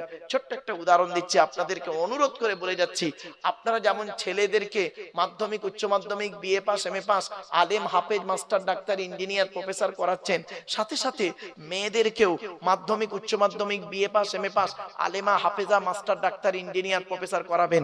কারণ কি জানেন? ইংরেজিতে একটা কথা আছে, 1 mother's is equal to 100 teacher. একটা মা হলো 100 জন শিক্ষকের সমতুল্য। একজন পুরুষ যদি শিক্ষিত হয়, সে কেবল নিজেই শিক্ষিত হয়। একজন নারী যদি শিক্ষিত হয়, গোটা পরিবারটা শিক্ষিত হয়। নারী শিক্ষার গুরুত্ব খুব বেশি গো বাপ। এই কোরআনে 3টে সূরা আছে শুধু নারীদের আলোচনা। সূরায়ে নিসার মধ্যে নারীদের আলোচনা, সূরায়ে নূর নারীদের আলোচনা, সূরায়ে আহজাব নারীদের আলোচনা। কোথায় আছেন আপনি? আপনি তো সব ভাবেননি কোনোদিন। এই কোরআনে আছে 250 রকমের হারাম। কত কত কত? 250 রকমের হারাম। আর এই কোরআনে আছে 250 রকমের হালাল। আপনি কটা হারাম জানেন? ওই সুদ খাওয়া, মদ খাওয়া, ঘুষ খাওয়া, বিয়ের পণ নেওয়া, নারী নির্যাতন করা, জমির আল চুরি করা, হুক মেরে কারেন্ট নেওয়া, জানে না? 250 রকমের হারাম। 2-4টা বলবো? হ্যাঁ, এই দেখুন, স্ত্রীর পিতামাতাকে গালি দেওয়া হারাম। স্ত্রীর পিতামাতাকে, শ্বশুর শাশুড়ি গালি দেওয়া হারাম। এবার আপনি এখানে বসে ভাবুন, ঈদের দিন রাতের বেলা একটু রাত করে ঘুমিয়েছেন, সকালবেলা আপনার স্ত্রী ঈদের দিন সকালবেলা উঠতে একটু দেরি করেছে, বেচারা উঠতে পারেনি ঠিক মতো, এখন খাবার তৈরি হয়নি, ও করেছে কি, ঈদের নামাজ পড়তে যাবে, খাবার এখনো হয়নি, স্ত্রীকে করলো কি, ঈদের দিন সকালবেলা তার মামাসি তুলে গালাগালি করলো, এমনকি মরা বাপটাকে কবর থেকে তুলে আনলো, মরা মাটাকে কবর থেকে তুলে আনলো, তার চোখের পানি ফেলেই দিয়ে ও করলো কি, গোসল করে নতুন জামা কাপড় পরে আতশ সুরমা মেখে 2 রাকাত ঈদের নামাজ, মাঠে গিয়ে ঈদের নামাজ পড়ে ইমাম সাহেবের বুকে বুকে মিলছে, হাও মনে করলো ঈদের নামাজ আল্লাহ কবুল করে ফেলেছে। এত সোজা নয়। কোরআনে বলা হয়েছে নাসাবা ওয়া সিহরা, শ্বশুর জামাইয়ের সম্পর্ক আল্লাহ দিয়েছে, দিয়ে বংশ বিস্তার করেছে। কোথায় আছেন আপনি? আরেকটা বলছি শুনুন, আরেকটা হারাম। আল্লাহ রাসূল বলেছেন লানাল্লাহু মান সারাকা মানারাল আরদি, ওই সমস্ত লোকেদের প্রতি আল্লাহর গজব, জাহান্নাম, যারা জমির আল চুরি করে করে জমি বাড়িয়ে নেয়। কত আলচর চাচা বসে আছে, আল্লাহই ভালো জানি, রাগ করবেন না। আরেকটা হারাম দিচ্ছি, রাগ করবেন না আমাকে। আল্লাহ বলছেন ইন্নাল্লাযীনা ইয়াকুলুনা আমওয়ালাল ইয়াতামা যুলমান ইন্নামা ইয়াকুলুনা ফি বুতুনিহিম নারা ওয়া সায়াসলাউনা সাঈরা। 4 নম্বর পারা 17 নম্বর পৃষ্ঠা 14 নম্বর লাইন, সূরার নাম সূরা নিসা 10 নম্বর আয়াত। যারা এতিমের মাল খেয়ে নেয়, এতিমের মাল যারা খায়, এতিমের মাল যারা ভক্ষণ করে, ওরা ওদের পেটে নরকের আগুনগুলো ঢোকাতে শুরু করে। আমি আল্লাহ ওদের জন্য সাইর নামক জাহান্নাম নির্ধারিত করে রেখে দিয়েছি। রাগ করবেন না, বাপ মারা গেছে, চাচা বেঁচে আছে, ছোট ছোট ভাইপোদের সম্পত্তি চাচা নিজের নামে রেকর্ড করে বসে আছে, উনি আবার হাজি সাহেব। রাগ করবেন না। যারা ইয়েতিমের মাল খেয়ে নেয় তারা বলে জাহান্নামী। বাবা, কত মাদ্রাসা আছে দেখবেন, কত মসজিদ আছে, কত ব্যক্তি আছে দেখবেন, এতিম বাচ্চাদের নামে চাঁদা তুলে, এতিমদের নামে চাঁদা তুলে নিজের গাড়ি বাড়ি বিল্ডিং করে ফেলেছে। বাবাজি, আরো দেখেন হারাম কেমন বেরোচ্ছে টুকটুক টুকটুক করে। রাগ করবেন না, অতি বাস্তব কথা বলে যাচ্ছি। হুকমের কারেন্ট নিয়ে চাচা আমার পাকা চালিয়ে তাহাজ্জুদের নামাজ পড়ছে, চুরি করা কারণে পাকা চালিয়ে তাহাজ্জুদ। বাবা বাবা, হারাম শুনবেন, 250 রকমের হারাম আছে এই কোরআনে, 250 রকমের হালাল আছে এই কোরআনে। আমার বাপেরা, আজকে যে কিতাবের আলোচনা শুনতে বসেছেন, আমি এই জন্যই আপনাদেরকে বলেছিলাম ওয়াজ শোনার লোকের খুব অভাব গো বাপ, আওয়াজ শোনার লোকের অভাব নেই। তাই আমার কপাল খুব ভালো যে আপনারা এখানে কষ্ট করে বসে আছেন। আমার পরবর্তী বক্তা আওলাদে মুজাদ্দিদুজ জামান, তিনি আসবেন, আখরি মোনাজাত করবেন, তার জ্ঞান গর্ব বক্তব্য আপনারা শুনবেন। তাই তার অপেক্ষায় হয়তো আপনারা অনেকে বিক্ষিপ্ত ভাবে এতায় ওতায় ছড়িয়ে ছিটিয়ে আছেন। বাবা, আমার তো তেমন ইলিম কালাম নেই, আমার তেমন জ্ঞান নেই বাপ, তবে যতটুকু আল্লাহ দিয়েছে তার ভেতর থেকে আপনাদেরকে যতটুকু আল্লাহ পাক বলাচ্ছেন সেগুলো আপনাদের কাছে তুলে ধরছি। চলুন এগিয়ে যাচ্ছি। এ কোরআনের পরিচয় হলো 610 খ্রিস্টাব্দে 1 ফেব্রুয়ারি। মনে আছে না ভুলে গেলেন? কোরআন 610 খ্রিস্টাব্দে 1 ফেব্রুয়ারি সোমবার কোরআনের প্রথম আয়াত নাজিল হলো। ইকরা, রিড, পড়ো পড়ো পড়ো। এই কোরআন নাজিল হলো কিভাবে? এর ভেতরে কি আছে? 30টা পারা, 30টা পারা, 540টা রুকু, 114টা সূরা, 14 থেকে 15 খানা সাজদা, 7টা মঞ্জিল, 8 থেকে 12 খানা সাক্তা, 6666টা আয়াত, কেউ বলেছেন 6236টা আয়াত, 3,23,215টা অক্ষর। এ কোরআন 22 বছর 9 মাস 14 দিন, কম বেশি 23 বছর ধরে কোন ঘটনাকে কেন্দ্র করে, কোন ব্যক্তিকে কেন্দ্র করে, কোন বস্তুকে কেন্দ্র করে, কোন জায়গাকে কেন্দ্র করে কোরআনের আয়াতগুলো নাজিল হয়েছে। 6000 আয়াত নাজিল হয়েছে, 12,000 জায়গায় নাজিল হয়েছে। 6000 আয়াত 12,000 জায়গায় নাজিল হয়েছে। কটা জায়গার নাম জানেন? শুধু ওই মক্কা আর মদিনাই তো জানেন। ওই সূরার প্রথমে লেখা আছে মাক্কিয়া, মক্কা, আর মাদানিয়া লেখা আছে মদিনাই মনে করলেন না বাবা, 12,000 জায়গায় নাজিল হয়েছে। এই আয়াতগুলো কাকে কেন্দ্র করে, কোথায়, কি অবস্থায়, কোন ব্যক্তিকে কেন্দ্র করে, কোন জায়গাকে কেন্দ্র করে, কোন বস্তুকে কেন্দ্র করে কোরআন আয়াতগুলো নাজিল হয়েছে? একটা বলবো, আবার বলবো কি বলুন না একটু? হ্যাঁ, শুনুন। আল্লাহ নবী একদিন বসে আছেন, আল্লাহ নবী মসজিদে নববীতে বসে আছেন, সাহাবীরাও আছে। নবীর ডান দিকে বসতেন হযরত আবু বকর সিদ্দিক রাদিয়াল্লাহু তাআলা আনহু, ডান দিকে বসতেন। আর বাম দিকে বসতেন হযরত উমর ফারুক রাদিয়াল্লাহু তাআলা আনহু। আর সামনে বসতেন হযরত উসমান গনি রাদিয়াল্লাহু তাআলা আনহু, হযরত আলী কাররামাল্লাহু ওয়াজহু রাদিয়াল্লাহু তাআলা আনহু। ঠিক এই চারজন চারদিকে বসতেন। আল্লাহর নবীর ডান দিকে বাঁ দিকে যেজন সাহাবী বসতেন তারা হলেন নবীজির শ্বশুর। কি বললাম বাবা? শ্বশুর। কারণ হযরত আবু বকর সিদ্দিক রাদিয়াল্লাহু তাআলা আনহুর কন্যা আম্মা জান আয়েশাকে নবীজি বিবাহ করেছিলেন। আচ্ছা, নবীর স্ত্রীরা হলো আমাদের কে? আম্মা জান। কে বললাম বাবা? আম্মা জান। এখন প্রমাণ কি? এই কোরআনে আল্লাহ বলেছেন, আমি বলিনি, কোরআন বলছে। দেখুন 21 নম্বর পারা 17 নম্বর পৃষ্ঠা, সূরার নাম সূরা আহজাব। আল্লাহ বলছেন আন-নাবিয়্যু আউলা বিল মুমিনিন ওয়া আজওয়াজুহু উম্মাহাতুহুম। মুমিনদের কাছে সর্বোত্তম হলো নবী, আল্লাহর পরে নবী। আর ওয়াজওয়াজুহু, নবীর স্ত্রীরা হলো উম্মাহাতুহুম, তাদের মায়ের মতো। এজন্য আমরা বলি আম্মা জান আয়েশা, আম্মা জান খাদিজা, আম্মা জান হাফসা। এটা মাথায় রাখুন। চলো, তো হযরত আবু বকর সিদ্দিক রাদিয়াল্লাহু তাআলা আনহু বলেন আল্লাহর নবীর শ্বশুর। এখন একটি ছোট্ট জিনিস শিখিয়ে দিই আপনাদের। এখন নবীজি বয়সে বড় না হযরত আবু বকর সিদ্দিক রাদিয়াল্লাহু তাআলা আনহু বয়সে বড়? বলেন বল। আরে ভুল হোক না ভাই, আবু বকর বড় আপনাদের কাছে, তো মানে সম্মানের দিক থেকে তো নবী বড়, আমি এটা বলছি, অস্বীকার করছি না। 100% নবী বড় সম্মানের দিক থেকে, কিন্তু বয়সে, দিন রাত্রির বয়সের দিক থেকে কে বড়? আবু বকর বড় আপনাদের কাছে না বাবা, ভুল ধারণা। শুনে নিন, আল্লাহর নবী আবু বকরের থেকে বয়সে বড়। কতদিনে? শিখে নিন। আমি বলেছিলাম না আমার ওয়াজ শুনতে এলে একটু সময় লাগবে, বলে দিচ্ছি সময় লাগবে, ধৈর্য লাগবে, একটু ব্রেন লাগবে। কে আবু বকর বড়? আবু বকর সিদ্দিক রাদিয়াল্লাহু তাআলা আনহু নবীর থেকে বয়সে বড়। কতদিনের বড় শুনে নিন, 2 বছর 2 মাস 10 দিন। কত বললাম, কত বললাম বলুন একটু? 2 বছর 2 মাস 10 দিনের বড় হলো হযরত রাসূল করিম সাল্লাল্লাহু আলাইহি ওয়াসাল্লাম, আর 2 বছর 2 মাস 10 দিনের ছোট হলো হযরত আবু বকর সিদ্দিক রাদিয়াল্লাহু তাআলা আনহু।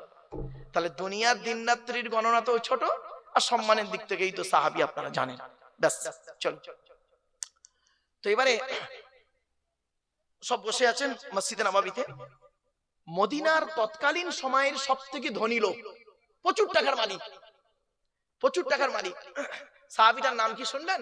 সাহাবীটার নাম হলো হযরতে আমর জামুহ রাদিয়াল্লাহু তাআলা আনহু। কি বললাম বাবা, একটু বলেন, উচ্চারণটা করেন।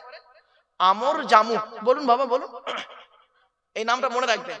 কেন এই দুবার তিনবার করে বলছি জানেন? যাতে করে ব্রেনে থাকে। হযরতে আমর জামুহ রাদিয়াল্লাহু তাআলা আনহু নবীর এক সাহাবী। উনি উহুদের যুদ্ধে শহীদ হয়েছিলেন। উহুদের যুদ্ধে শহীদ হয়েছিলেন। কপালে এখানে তীর লেগেছিল, তীর লেগে উনি শহীদ হয়েছিলেন। ওনার মাটি দেওয়া হয়ে গেছে। মাটি দেওয়ার শহীদ হওয়ার 35 বছর পরে, কত বছর? 35 বছর পরে ওনার লাশটা যখন তোলা হচ্ছে, দেখা যাচ্ছে সেই টাটকা রক্ত, যেমন সেই যেদিন শহীদ হয়েছিলেন সেদিন যেমন টাটকা রক্ত, তাজা রক্ত বেরোচ্ছেন, আজও পর্যন্ত সেই তাজা রক্ত বেরিয়ে যাচ্ছে। জোরে বলো। এজন্য আপনাদের বলে যাচ্ছি, কয়েক কটা দেহ মাটি খেতে পারে না, টাটকা থাকে, পচে না। 1 নাম্বার, নবীদের দেহ মোবারক মাটি খেতে পারে না, টাটকা থাকে। সুবহানাল্লাহ বলা গেল না? 2 নাম্বার, শহীদানদের দেহ মোবারক মাটি খেতে পারে না, টাটকা থাকে। যেমন আল্লাহর রাস্তায় যারা শহীদ হয়েছে তাদের সম্পর্কে কোনো মাঝে মন্তব্য করবেন না কোনোদিন। কোরআনের দলিল, কোরআনে বলা হয়েছে লা তাকুলু লিমান ইউক্তালু ফি সাবিলিল্লাহি আমওয়াত বাল আহইয়াউম ওয়ালাকিন লা তাশউরুন। 2 নম্বর পারা 2 নম্বর পৃষ্ঠা 13 নম্বর লাইন, সূরার নাম সূরা বাকারা। আল্লাহ বলছেন, যারা আল্লাহর রাস্তায় নিজের জীবনকে বিলিয়ে দিয়েছে তাদেরকে তোমরা মৃত বলো না, বরং তারা জীবিত, তোমরা তা অনুভব করতে পারো না। তারা কবরে কি খায় কোরআন জানিয়ে দিয়েছে। 4 নম্বর পারার 11 নম্বর পৃষ্ঠা 10 নম্বর লাইন, সূরার নাম সূরা ইমরান। লা তাহসাবান্নাল্লাযীনা কুতিলু ফি সাবিলিল্লাহি আমওয়াতা বাল আহইয়াউন ইনদা রাব্বিহিম ইরযাকুন। আল্লাহ পাক বলছেন, যারা আল্লাহর রাস্তায় নিজের জীবনকে বিলিয়ে দিয়েছে তাদেরকে তোমরা মৃত বলো না, মৃত বলে ধারণাও করো না, বরং তারা জীবিত, আল্লাহর তরফ থেকে খাবার প্রাপ্ত হয়। তাহলে 3 নাম্বার হলো, এই 2 নাম্বার হলো শহীদানদের দেহ মোবারক মাটি খেতে পারে না। 3 নাম্বার, মোকাম্মাল কোরআনে হাফেজের দেহ। কি বললাম বাবা? মোকাম্মাল কোরআনে হাফেজ। ওই ছেঁচড়া মার্কা হাফেজ সাহেবের কথা বলিনি বাবা। হাফেজ সাহেব হয়ে মসজিদে ইমামতি করছেন আর পাশের বাড়ির মেয়েটার প্রেগন্যান্ট করে দিল, ওই ছেঁচড়া হাফেজ সাহেবের কথা বলিনি আমি। মোকাম্মাল কোরআনে হাফেজের দেহ মাটি খেতে পারে না। শুনে রেখে দিন, এই হাফেজ সম্পর্কে প্রশ্ন এলো। গতকালকে আমার জলসা ছিল আসামে, শোনিতপুর জেলায়। তো কটা ছেলের মাথায় আমি পাগড়ি দিলাম, তো ওরা বললো, হুজুর আপনাকে এই পাগড়িটা দেওয়া হবো। তো আমি পাগড়ি দেওয়ার পরে ওই হাফেজদের সম্পর্কে কোরআন এবং হাদিসের আলোকে কথাগুলো বলেছিলাম, কয়েক কটা কথা। তো 2-1টা কথা আপনাদের বলবো বাবা, হ্যাঁ শুনে নিন। রাসূল বলেছেন, কিয়ামতের মাঠে হাফেজ সাহেবদের মতো শাস্তি কাউকে দেওয়া হবে না। কঠিন শাস্তি হবে ওই হাফেজ সাহেবদেরকে, যে হাফেজ সাহেবরা কি কোরআন ভুলে গেছে, কোরআন মুখস্থ করে কি করেছে, ভুলে গেছে।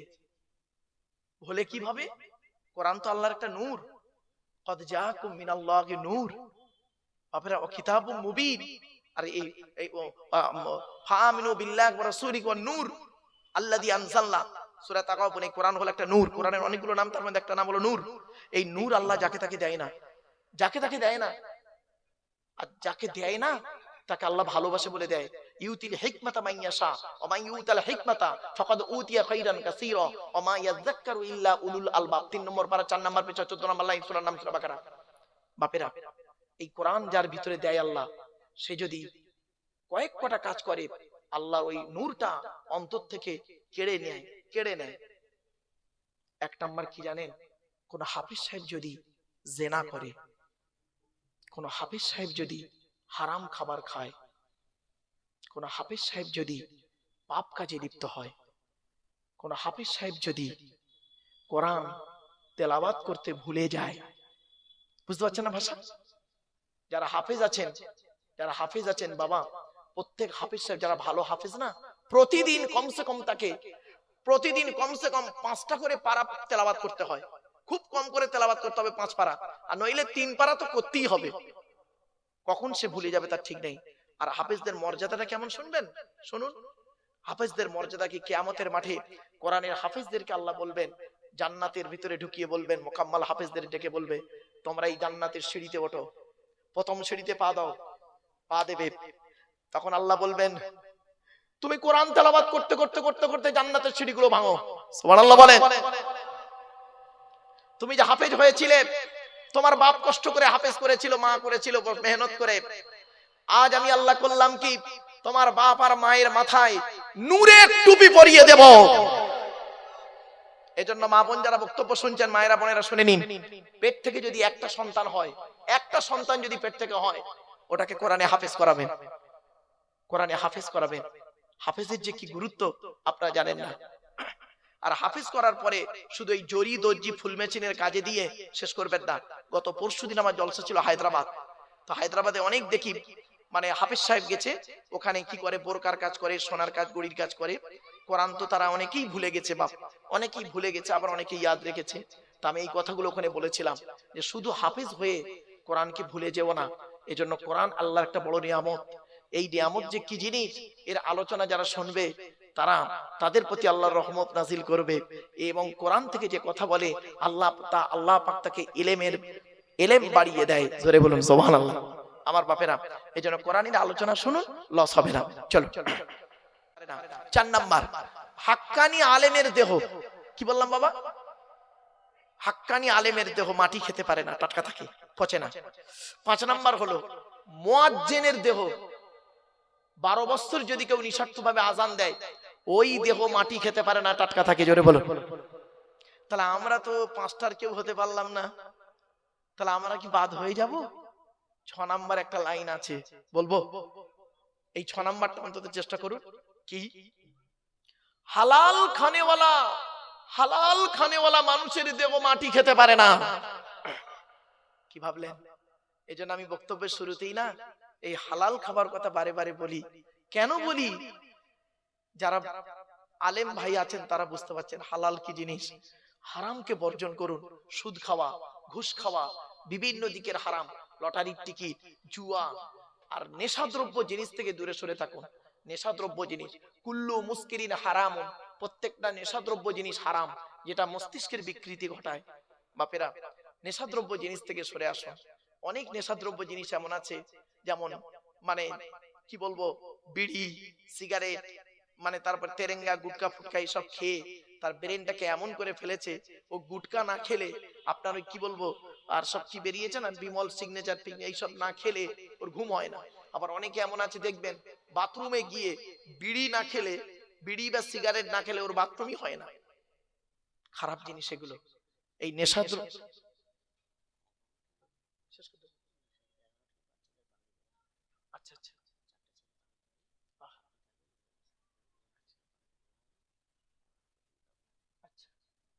আমার বাপেরা, এই সেই কোরআন বাচ্চারা মুখস্থ করছে। এই কোরআন, এর ভিতরে সব আছে বাপ, সব আছে এর ভিতরে। পাগড়ি দেয়া হবে, বাচ্চারা হাফিজ কোরআন হয়েছে তাদের পাগড়ি দেয়া হবে। আপনারা চলে আসেন বাবা, অনুরোধ করে কেউ যাবেন না, অন্তত বাচ্চাদের পাগড়ি গুলো দেখে যান। তবে এখন আপনার সংখ্যায় লোক কম হলে কি হবে, মনে রাখবেন এখানে যে ক্যামেরাগুলো দাঁড় করানো আছে না, এই ক্যামেরাগুলো আছে, আপনারা কি ভাবছেন ফালতু দাঁড় করানো আছে? এক একটা মোবাইলে কমসে কম 200, 500, 400, 1000 লোক দেখছে 1000 লোক। সামনে শ্রোতাই কটা বলে কিছু মনে করি না। এইগুলো এই যারা দেখছেন না, দূর দূরান্ত থেকে, আমেরিকা, লন্ডন, সারা বিশ্ব থেকে দেখছে। এখন টেকনোলজির যুগ বাপেরা। চলো, তো এই জন্য আপনাদেরকে বলি, কোরআনে হাফেজ করাবেন ছেলেকে। আর হাফেজ ছেলেদের প্রতি আল্লাহ এত রহমত দেয়, হাফেজদের ব্রেন আল্লাহ এত ভালো দেয়, মনে রাখবেন খুব জেহেন শক্তি খুব ভালো। এই জন্য যারা কোরআনে হাফিজ হয় তাদেরকে ভালোবাসবেন। ছোট হুজুর পীর কেবলা রহমাতুল্লাহ আলাইহি, তার মাদ্রাসা থেকে আমি পড়াশোনা করেছি গো বাপ, আর তারই কলিজার টুকরা সন্তানের সন্তান আমার পরই আসছেন। সেই ব্যক্তি ছোট হুজুর পীর কেবলা রহমাতুল্লাহ আলাইহি এত কোরআনকে ভালোবাসতো, এত কোরআনকে ভালোবাসতো, কি করতো জানেন? কোরআন তো তিনি পড়তেন, সঙ্গীদেরকে কোরআন পড়ার কথা বলতেন। আর শুধু তাই নয়, তিনি যত জায়গায় গিয়েছেন, যখনই কোনো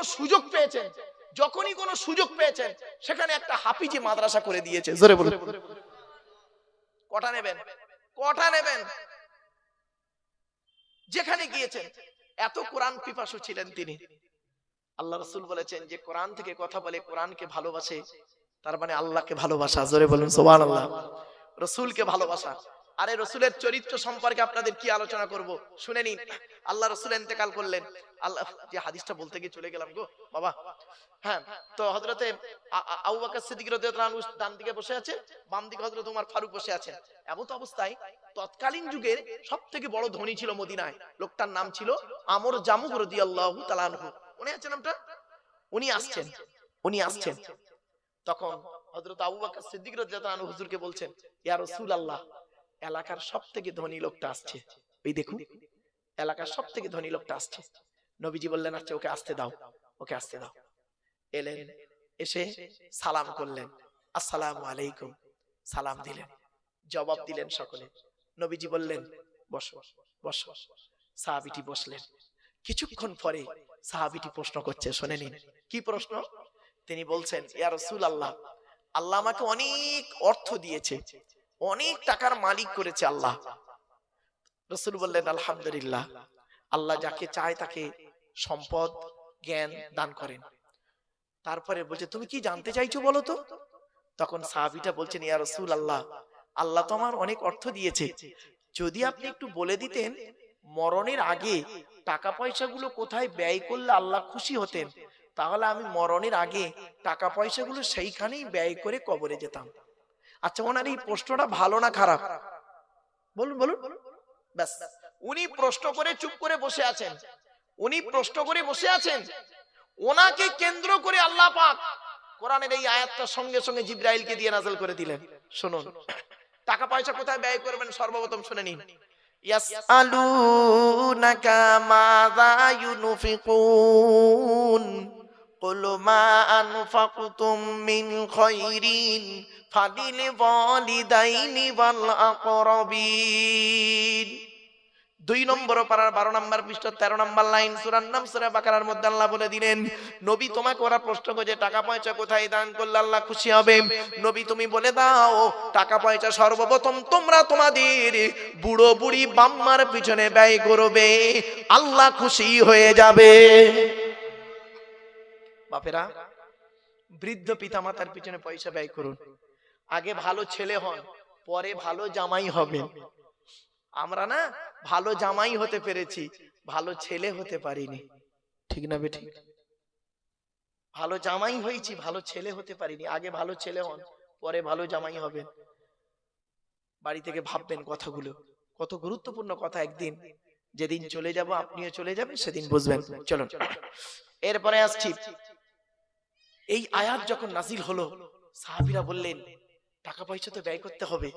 একজন সাহাবী বললেন, ইয়া রাসূলুল্লাহ, আমি যুদ্ধের ময়দানে গিয়েছিলাম, এসে দেখছি আমার মা মারা গেছে, এখন আমি কি করব বলুন। নবীজি বললেন, শোনো, তুমি যুদ্ধের ময়দানে গিয়েছিলে, এসে দেখছো তোমার মা মারা গেছে, তুমি তোমার মায়ের জন্য দুটো কাজ করবে। 1 নাম্বার, তুমি তোমার মায়ের জন্য রুহে মাগফিরাতের দোয়া চাইবে। 2 নাম্বার, তুমি তোমার মায়ের জন্য দান খয়রাত করবে। কবরে শুয়ে শুয়ে তোমার মা সওয়াব পাবে। আরেকজন সাহাবী দাঁড়িয়ে দাঁড়িয়ে বলছেন, ইয়া রাসূলুল্লাহ, আমার বাপ মা দুজনেই অন্ধকার নীরব নগরে চলে গেছে, এখন আমি কি করব বলুন। আল্লাহ রাসূল বললেন, মান যারা কবরা আবাওয়াইহি আও ওয়াহদিহিমা ফি কুল্লি জুমআতিন গুফিরা লাহু ওয়া কুতিবা লাহু বারাআ। নবী বলেন, জুম্মার দিনে যদি কোনো ছেলে তার বাপ আর মায়ের কবরটা একবার জিয়ারত করে, ওই ছেলের দোয়ার ওসিলায় বাম্মার কবরটাকে আল্লাহ আলোয় আলোকিত করে দেয়। বাপেরা, বাড়ি থেকে ভাববেন। এই জন্য আপনাদেরকে বলেছিলাম ছেলেদেরকে একটু লেখাপড়া শেখান, মাদ্রাসায় পড়ান। মাদ্রাসায় পড়ালে কি হয় জানেন? শুনে রাখবেন, এই ভারতবর্ষের জমিনে একজন আলেমের নাম বলুন তো, যে আলেম সত্যিকারের আলেম, সত্যিকারের যিনি হাক্কানি আলেম, তার বাম্মাকে বৃদ্ধাশ্রমে রেখে এসছে? বলতে পারবেন? পাবেন না, জীবনে জীবনে পাবেন না। কিন্তু উল্টো দিকে দেখুন, মাস্টার, ডাক্তার, ইঞ্জিনিয়ার, প্রফেসর, বাপের ভাত দেয় না, মার ভাত দেয় না, বাম্মাকে বৃদ্ধাশ্রমে রেখে এসছে। কিন্তু কোন হাক্কানি আলেম তার বাম্মাকে কোনোদিন বৃদ্ধাশ্রমে রাখবে না, কারণ মাদ্রাসায় ও শিক্ষা দেওয়া হয় না। মাদ্রাসায় কি শিক্ষা দেওয়া হয়? পিতামাতার সম্মান করো, ভাই বোনের হক আদায় করো, একে অপরের দায়িত্ব পালন করো, স্ত্রীর হক আদায় করো, আল্লাহর কথা মোতাবেক জীবন যাপন করো, রসুলের সুন্নাহ হাদিস মোতাবেক জীবন যাপন করো। আমার বাপেরা, কথাগুলো বাড়িতে গিয়ে ভাববেন। এতক্ষণ আপনাদেরকে বিভিন্ন দিক নিয়ে বিভিন্ন কথা বললাম। উদ্দেশ্য ছিল কি জানেন? একটাই, ফিরে আসুন। কোরআনের পরিচয় দিতে গিয়ে উদ্দেশ্য রেখেছিলাম একটাই, ফিরে আসুন, ফিরে আসুন। যুবকদেরকে বলি, যুবক বন্ধুরা, আর নয়, সময় হয়ে এসেছে। কখন মৃত্যু আসবে কেউ জানে না। অতএব যুবক যুবতীদের বলছি, ফিরে এসো। আল্লাহ কোরআনে বললেন, ইয়া আইয়ুহাল্লাযীনা আমানু তুবু ইলাল্লাহি তাওবাতান নাসুহা। হে ঈমানদার বান্দাগণ, ফিরে আয়, ফিরে আয়, ফিরে আয়। কেমন ফিরে আসবি? আর কোনোদিন ব্যাকে যাব না, কোনোদিন ব্যাকে যাব না। পাপ কাজ থেকে ফিরে আয়। আল্লাহ বলছেন, তোরা পাপ করেছিস আমি জানি তো।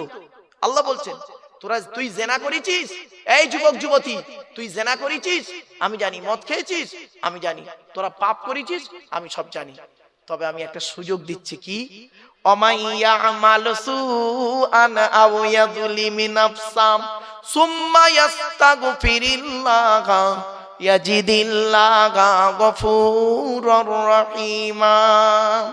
5 নম্বর পারার 15 নম্বর পৃষ্ঠার 7 নম্বর লাইন, সূরার নাম সূরা নিসার মধ্যে আল্লাহ বলে দিলেন, ওয়ামাইয়া আমাল সুআন আও ইয়াযলিম নাফসাম।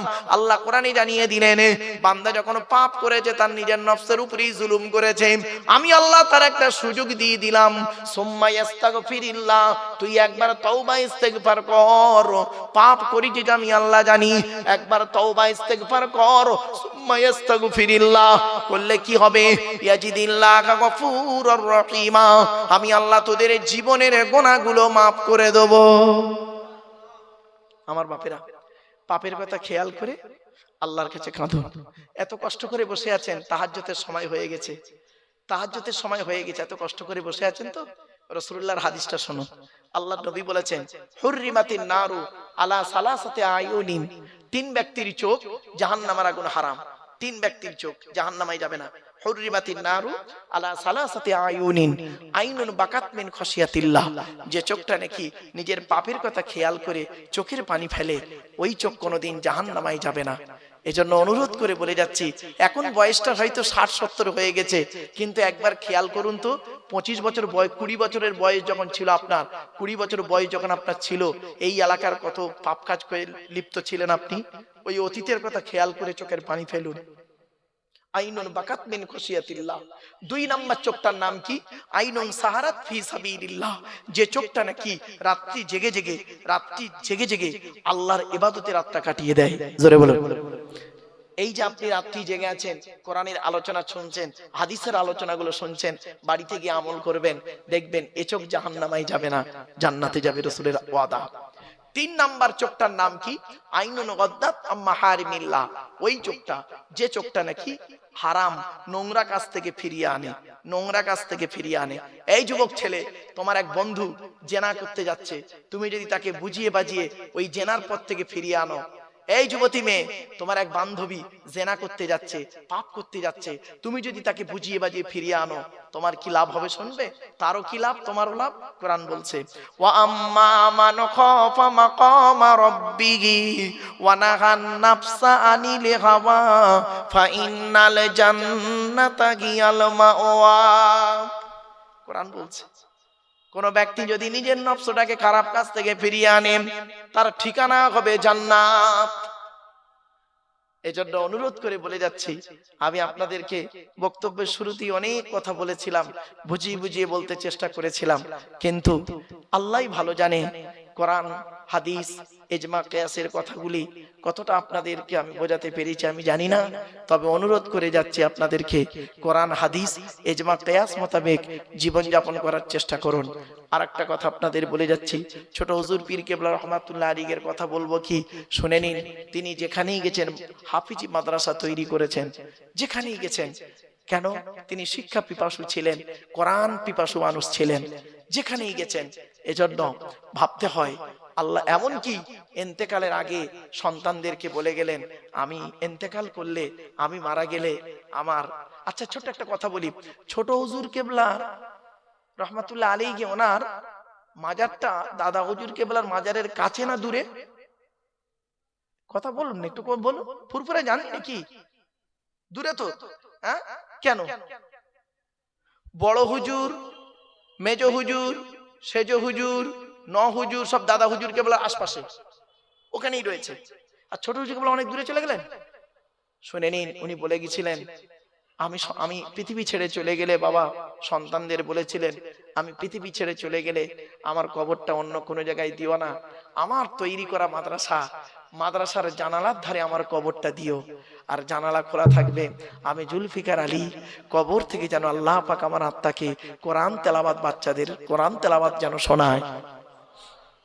এই জন্য ওনার মানে যেখানে মাজার হয়েছে পাশেই একদম মাদ্রাসা, সেই মাদ্রাসায় হতভাগা ছাত্র গো বাপ, আপনাদেরকে অনুরোধ করে বলে যাচ্ছি, আর দুইজন নারীর দোয়া আমার সঙ্গেই রয়েছে, আল্লাহর রহমত, নবী পাকের কদমের উসিলা, আর এই পৃথিবীর জমিনে দুইজন নারীর দোয়া, একটা হলো আমার আম্মাজান, তার দোয়া, আর একজন কে জানেন? শুনে নিন, ছোট হুজুর পীর কেবলা রহমাতুল্লাহ আলাইহি সেজলা স্ত্রী, অর্থাৎ আমার পরেই যে ভাইজান আসছেন, হ্যাঁ, আওলাদে মুজাদ্দিদুজ্জামান, ওনার দাদি যান। কি ভাবছেন আমার বাপেরা? বাড়ি থেকে ভাববেন। এজন্য দোয়া জিনিসটা আলাদা, আর দোয়া ও মুখুল ইবাদা, দোয়া হলো ইবাদতের মগজ, দোয়া হলো ইবাদতের মগজ। এজন্য গ্রামের সমস্ত মানুষের কাছে আমার একান্ত আবেদন নিবেদন, আপনারা দয়া করে মেহেরবানি করে চলে আসেন। আল্লাহর ওলির সন্তান আওলাদে মুজাদ্দিদুজ্জামান ফুরফুরা শরীফ থেকে আসছেন, আপনারা চলে আসেন, যে যেখানে আছেন তাকবীর দেন, নারায়ে তাকবীর, নারায়ে তাকবীর। আওলাদে মুজাদ্দিদুজ্জামান, আওলাদে মুজাদ্দিদুজ্জামান, নারায়ে তাকবীর। আমার বাপেরা সকলে চলে আসেন। এখন পাগড়ি দেয়া হবে, হুজুর কেবলা এসে পাগড়ি দেবেন।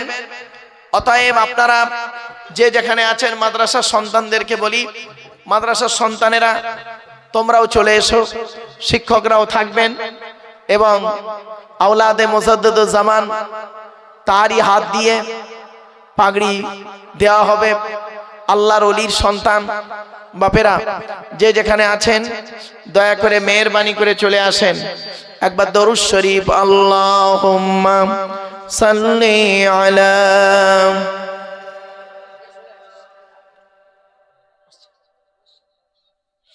ওয়া আলা আলি সাইয়্যিদিনা মাওলানা মুহাম্মদ। এসো তোমরাই ইসলামে, এসো তোমরাই ইসলামে, হবে যে উজালা, মক্কা মদিনা নবী কামলিওয়ালা। এজন্য অনুরোধ করে বলে যাচ্ছি, বাবা যারা আজকের কোরআনে হাফেজ হচ্ছে, বাবা পাগড়িটা হলো এর সার্টিফিকেট নয়, হাফেজের সার্টিফিকেট হলো তার কোরআন ইয়াদ আছে কি নেই, সার্টিফিকেটটা হলো এইটাই বড় সার্টিফিকেট। তবে আমরা তাবাররুকান স্বরূপ পাগড়ি দিয়ে থাকি, সার্টিফিকেট দিয়ে থাকি, অনেক হাদিয়া দিয়ে থাকি, এটা আলাদা জিনিস। কিন্তু বাবা হাফেজের মূল সার্টিফিকেটের নাম হলো কোরআন ইয়াদ, কোরআন মুখস্থ হলো, কোরআন ইয়াদ হলো হাফেজের মূল সার্টিফিকেট। এজন্য আপনাদেরকে অনুরোধ করে বলে যাচ্ছি, বাবেরা যে যেখানে আছেন দয়া করে মেহেরবানি করে চলে আসেন। মাদ্রাসার আসাতিজা কেরামরা তারাও আসবেন, এবং গ্রামের বাবা বাবেরা বসো, বাপ বসো, বসো বসো।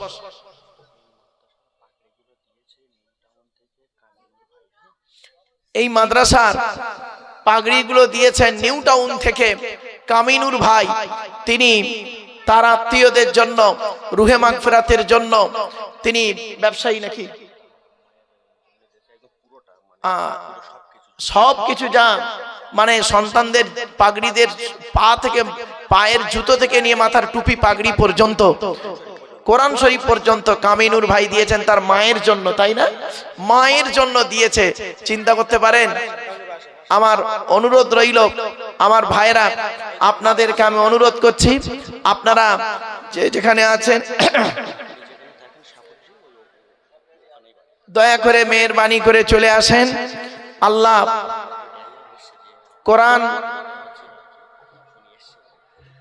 কোরআন হাদিস ইজমা কিয়াস মোতাবেক জীবন যাপন করার তৌফিক যেন আল্লাহ দান করে, বলুন আল্লাহুম্মা আমিন। তাই আপনাদেরকে আমি অনুরোধ করছি, বাবা বাইরে ছড়িয়ে ছিটিয়ে না বসে আপনারা দয়া করে মেহেরবানি করে প্যান্ডেলের ভিতরে একটু ঢুকে যান না, অনুরোধ করছি। বাপ তাবারুকের ব্যবস্থা আছে, বসিয়ে খাওয়াবেন নাকি? হ্যাঁ, তাবারুকের ব্যবস্থা আছে বাবা, বসিয়ে খাওয়ানো হবে। তাই কোরআনের আলোচনা, হাদিসের আলোচনা, ইজমা কিয়াসের আলোচনা শোনার জন্য আপনাদেরকে আহ্বান করেছিলাম বাপ। তো যেগুলো এসেছেন আলহামদুলিল্লাহ। মা বোনেদেরকে বলি, মায়েরা বোনেরা, আপনারা কয়েক কোটা কাজ করবেন। 1 নাম্বার, স্বামীর সেবা করবেন, স্বামীকে কোনোদিন কষ্ট দেবেন না। 2 নাম্বার হলো স্বামীর পরিবারের সঙ্গে ভালো আচরণ করবেন। 3 নাম্বার হলো নিজের সতীত্বকে বজায় রাখবেন। 4 নাম্বার হলো চরিত্র ঠিক রেখে আপনি নামাজি হবেন এবং রোজাদার হবেন। মা বোনদেরকে বলছি, মায়েরা বোনেরা, চোখ দুটো বন্ধ হয়ে গেলে সব শেষ। বাবাজি যুবক ভাইদেরকে বলছি, চোখ দুটো বন্ধ হয়ে গেলে সব শেষ। যেদিন পৃথিবী ছেড়ে চলে যাব আমরা, আর কেউ ডাকবে না, 2 দিন মনে রাখবে, তারপরে ভুলে যাবে। আল্লাহ পাক কোরআনে বলেছেন যে পৃথিবী ছাড়ার আগে তুই টাকা পয়সা ধন সম্পদ গুলোকে আল্লাহ রাস্তায় দান করে যা, কবরে শুয়ে শুয়ে সওয়াব পাবেন। মানুষ মরে যায়, আমলের দরজা বন্ধ হয়ে যায়, 3টে দরজা খোলা থাকে। 1 নাম্বার হলো সাদাকাতুন জারিয়া, পৃথিবীতে যদি কোনো দান খয়রাত করে যায় কবরে শুয়ে শুয়ে সওয়াব পাবে। 2 নাম্বার হলো আও ইলমিন ইনতাফাউ বিহি, পৃথিবীতে যদি দ্বীনি বিদ্যা রেখে যায়, তার বিদ্যা থেকে মানুষ যদি উপকৃত হতে পারে কবরে শুয়ে শুয়ে সওয়াব পাবেন। 3 নাম্বার হলো আও ওয়ালাদিন সালিহিন ইয়াদউ লাহু, পৃথিবীতে যদি নেক সন্তান জন্ম দিয়ে যায়, ওই নেক সন্তান যদি আল্লাহর কাছে দোয়া চায় কবরে শুয়ে শুয়ে সওয়াব পাবে। এজন্য আমি অনুরোধ করছি আপনাদেরকে, সন্তানদেরকে মাদ্রাসায় পাঠান। মাদ্রাসায় হিফজ করানোর সাথে সাথে আরো আধুনিক শিক্ষায় শিক্ষিত যাতে ছেলেরা হতে পারে সে চিন্তা ভাবনা মাদ্রাসা কমিটির থাকবে। আপনার সন্তানকে আপনি মাদ্রাসাতে পাঠান, কোরআনের শিক্ষা দিন। রাসূল বলেছেন প্রত্যেক পিতামাতার দায়িত্ব হলো ছেলে মেয়ের উপরে 3টি। 1 নাম্বার হলো আইয়াকসিনা ইসমাহু, ছেলে মেয়ে জন্মগ্রহণ করলে সুন্দর সুন্দর নাম রাখতে হবে। 2 নাম্বার হলো ওয়াইজা ওয়ালাদা ওয়া ইউআল্লিমুহুল কিতাবা, ছেলে মেয়ে যখন কথাবার্তা বলতে শিখবে তখন তাদের লেখাপড়া শেখাবে, কোরআনের শিক্ষা দেবে, হাদিসের শিক্ষা দেবে, সুন্নাতের শিক্ষা দেবে। আর 3 নম্বরে বলা হলো ওয়াইজা বালাগা ওয়াইজাউ বিজা ওয়াইজা আদরাকা, যখন সন্তান প্রাপ্তবয়স্ক হয়ে যাবে, বিয়ের সময় যখন এসে যাবে, কি কন্যা কি পুত্র, পিতামাতার দায়িত্ব হলো সঠিক সময়ে তাদের বিবাহের ব্যবস্থা করবে। যদি সঠিক সময়ে বিবাহ না দেন তাহলে কি হবে? ওই সন্তান যদি ব্যভিচারে লিপ্ত হয় তাহলে আপনি পিতামাতা ওই পাপের বোঝা আপনাকে টানতে হবে।